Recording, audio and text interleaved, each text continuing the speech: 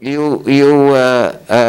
only way to fix it is by going to a form of government like they have still today in Vietnam or in China, yes. It's a form of government I don't particularly like. You know, it's like what Churchill said, democracy is a very bad form of government, but it's the best we have, yes. So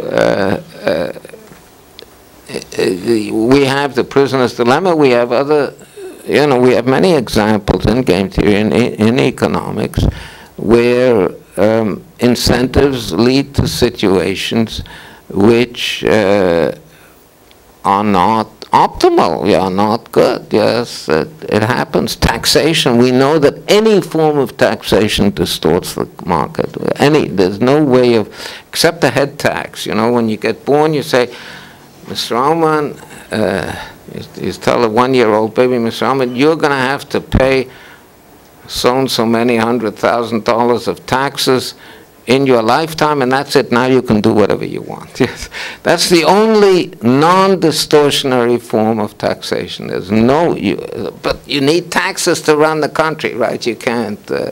You need to have. So there are some things that cannot be fixed. And I think this matter of the short-term horizon that is caused by democracy is one of those things. Let's continue with this question. What would be your advice about the future financial system regulation? 2 or 3 guidelines. What you are afraid not to be well, done? I don't believe in I don't believe in over-regulation. I believe in regulation that, you know, sort of sets the rules of the game, yeah? Like one form of regulation, a very primitive form of regulation, which is already dictated by the Bible, is to have fair weights and measures, or accurate weights and measures. So when you go to the market and you ask for a kilo of apples, so the weight that the man uses to weigh out the kilo of apples, it should be a kilo, yes, it shouldn't be less than a kilo. That's a form of regulation already, okay? So the government has to regulate for honesty, honest dealings. It has to regulate for transparency, yes? You know, like no insider trading, that kind of thing. Or, you know what, even maybe allow insider trading, but say, ladies and gentlemen, this company allows insider trading, yeah? So you want to invest in this company? So people will say, no, we're not going to invest in this company, okay? So in other words, things have to be on the table. You have to be honest. You have to keep things honest.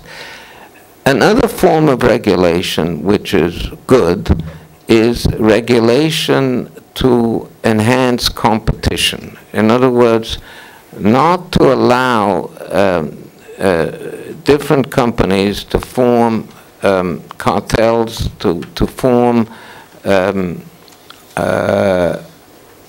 combinations. The word is used in the legislation in the United States is combinations in restraint of trade, okay? You have to enhance competition and not allow people to form what are basically monopolies. That's a good form of regulation. And a bad form of regulation is to say you're not allowed to you're not allowed to do things that are too risky. Yeah?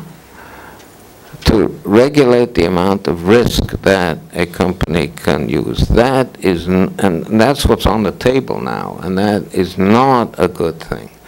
Because risk is what has allowed the economy, taking risks is what has allowed the economy of the world to expand tremendously in the last 60 years.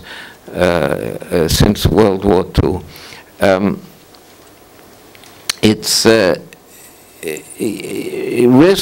Taking risks is at the foundation of market economies. And people should be allowed to take whatever risks they want. Only it should be open, above board. We are taking this risk. That is what we're doing, yeah. So that's a bad idea. Now, another good form of regulation.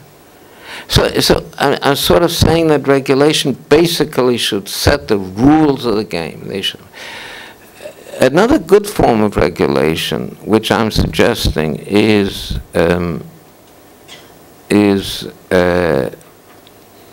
what's the word?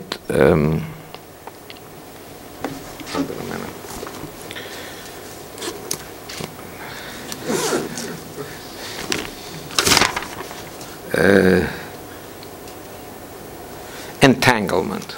Okay, that's the word. The word is entanglement. I think one of the things which I didn't mention before that brought about this crisis is entanglement of financial institutions. So the financial institutions, they were lending money, so they got promissory notes from the borrowers, and then instead of holding on to these promissory notes, they sell them to other financial institutions. This is called, the technical word for it is a CDS, a credit default swap, okay?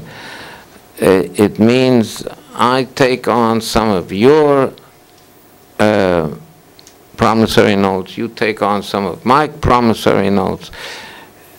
The whole thing becomes one big ocean where a lot of financial institutions are involved. And what happens then is that when one financial institution goes bust, it endangers everybody. And when two goes bust, then you have to take the lifeboats already. And when three goes bust, then the whole thing, the whole economy comes down. Yes, it's like these electricity brownouts or blackouts that we have had in the last 2 or 3 decades. So you have a hot summer day, and people are using a lot of air conditioning, and suddenly it becomes in one neighborhood more than that the power supply to that neighborhood can take, and the fuse blows on one of the big transformers, and the whole neighborhood goes dark.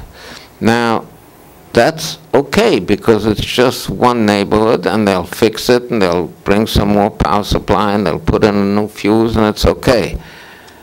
But that's not what happens, because the system is set up so that when the fuse goes on one transformer in one neighborhood, then another transformer kicks in and gives the power supply.